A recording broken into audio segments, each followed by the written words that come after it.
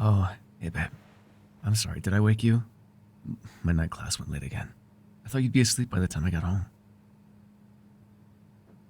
Can't sleep. Oh, did you miss me that much?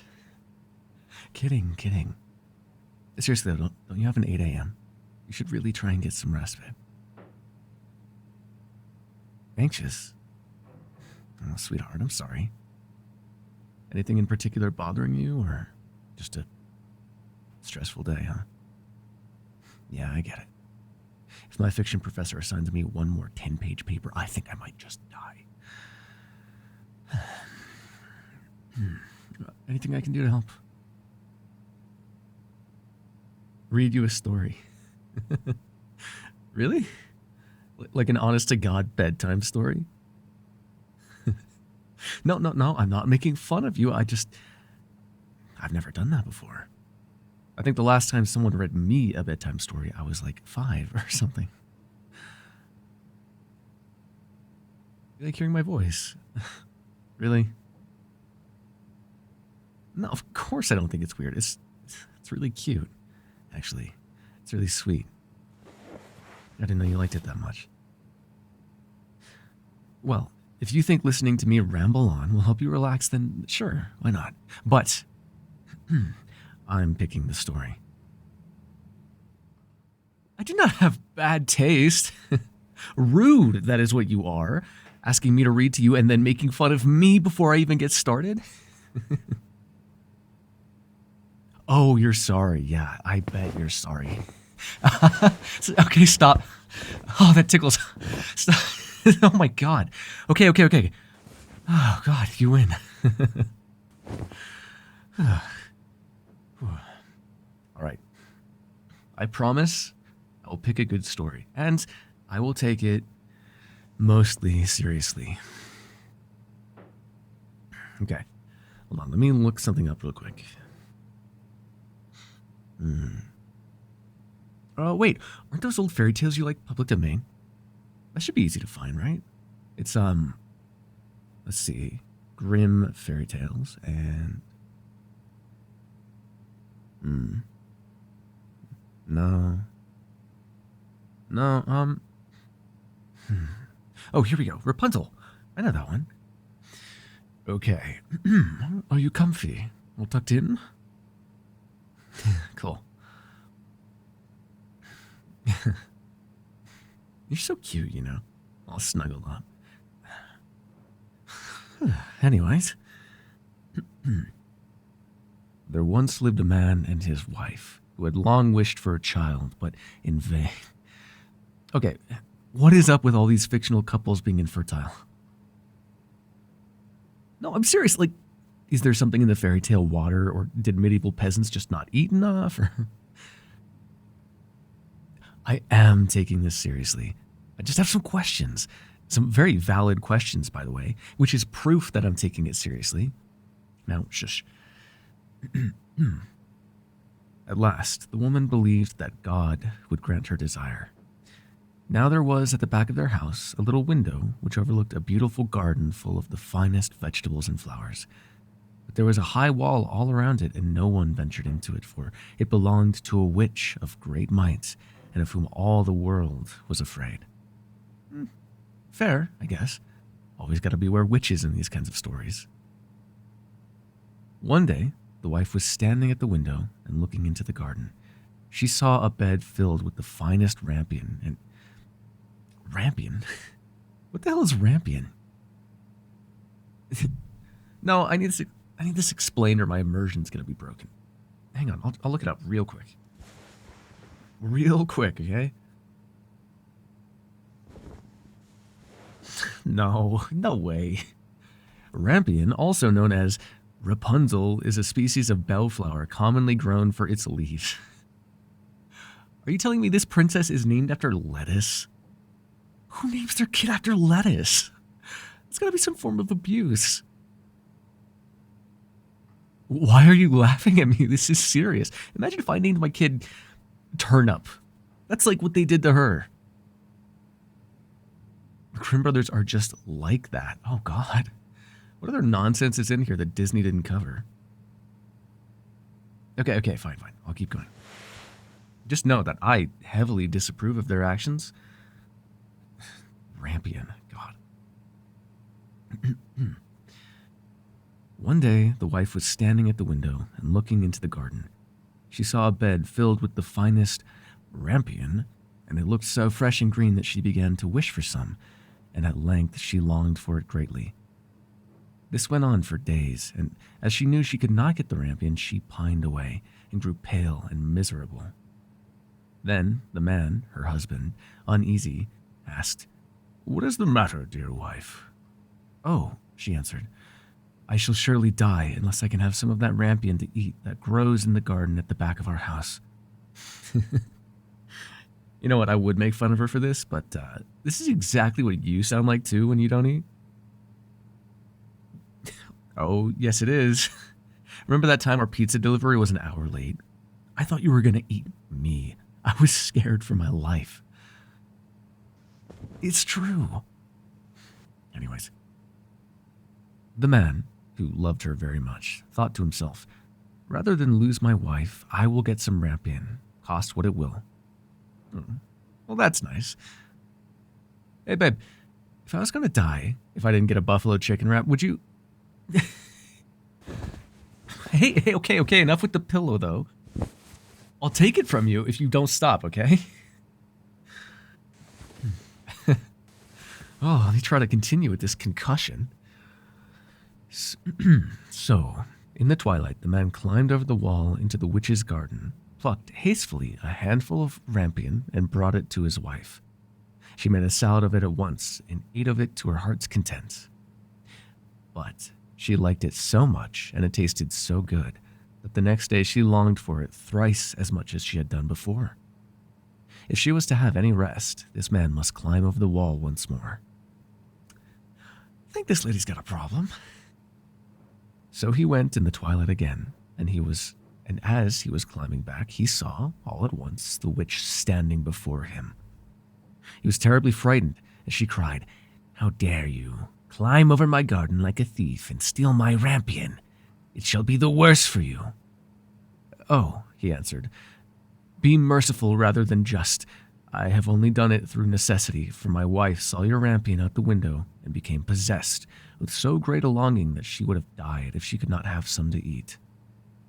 Then the witch said, "If it is all as you say, you may have as much rampion as you like, on one condition. The child that your wife will bear must be given to me, and I will care for it like a mother." No. Do not tell me they sell this poor kid for some lettuce. Oh my god, they totally do. And then the witch names her Lettuce.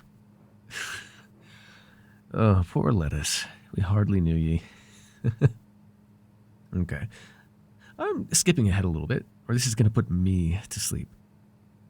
So, he trades his unborn baby for some hearty greens, and then the witch takes her when she's born and names her Rapunzel. And she puts her in this tall tower. Yep, okay, now that sounds familiar. Okay. And when she wants to come in, she says, "Rapunzel, Rapunzel, let down your hair." Rapunzel had beautiful long hair that shone like gold. When she heard the voice of the witch, she would unbind the plaits of her hair and let it down below, and the witch would climb up it.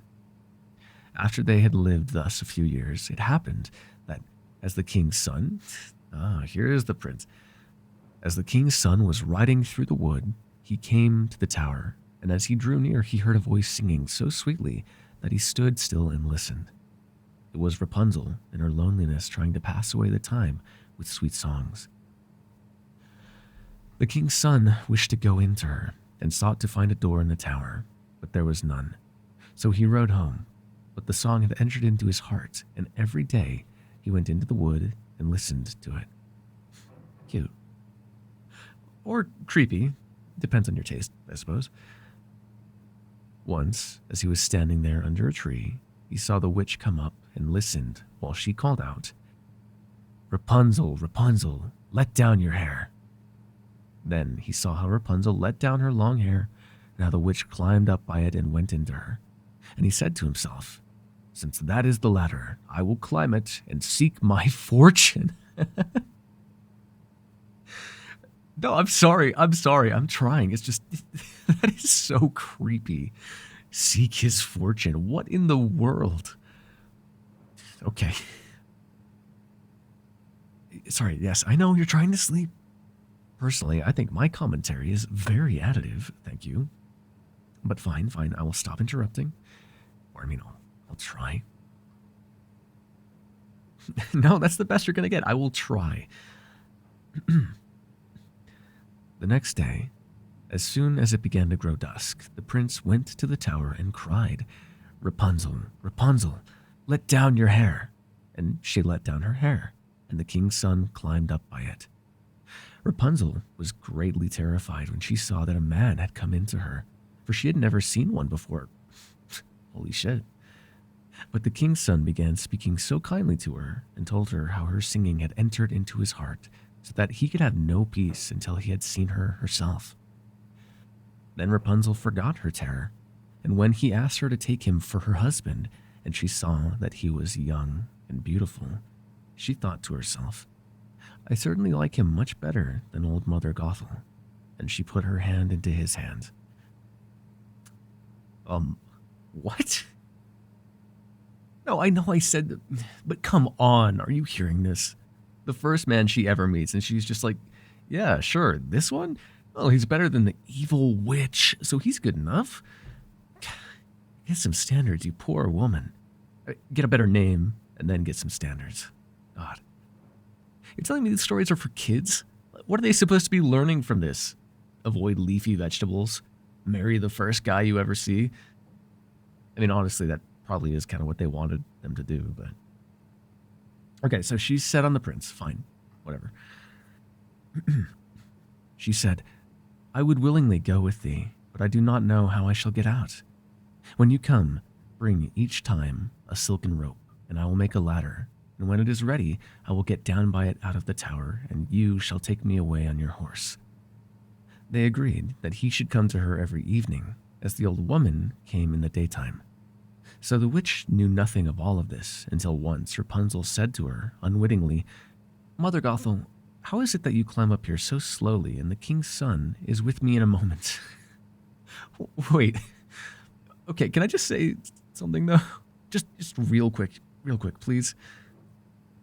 Yes. Okay. What just happened here? She comes up with this great idea to make a ladder and then they keep it all a secret for how long? And then she just gives it all away? Why? I cannot just roll with it. I'm sorry.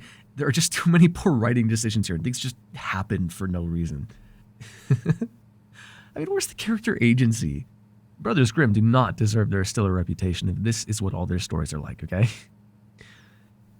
You know what? Okay, whatever. I'm done trying to make sense of anything. Let's just finish this. Okay, so Rapunzel spills the beans for some reason. The witch gets all mad and in her anger, she seized Rapunzel by her beautiful hair and then, grasping a pair of shears in her hand, snip, snip, snap. The beautiful locks lay on the ground. And she was so hard-hearted that she took Rapunzel and put her in a desert place where she lived in great woe and misery. Sounds about right. The same day on which she took Rapunzel away, she went back to the tower in the evening and made fast the severed locks of hair to the window. And the king's son came and cried, Rapunzel, Rapunzel, let down your hair. Then she let the hair down, and the king's son climbed up. But instead of his dearest Rapunzel, he found the witch looking at him with wicked, glittering eyes. "Aha!" she cried, mocking him. "You come for your darling. But the sweet bird sits no longer in the nest and sings no more. The cat has got her and will scratch out your eyes as well. Rapunzel is lost to you. You will see her no more." The king's son was beside himself with grief, and in his agony he sprang from the tower. What the fuck? Okay, nope, not even touching that. In his agony, he sprang from the tower. He escaped with life, but the thorns on which he fell put out his eyes, Jesus. Then he wandered blind through the wood, eating nothing but roots and berries, and doing nothing but lament and weep for the loss of his dearest wife. So, he wandered several years in misery, until at last he came to the desert place where Rapunzel lived with her twin children that she had borne.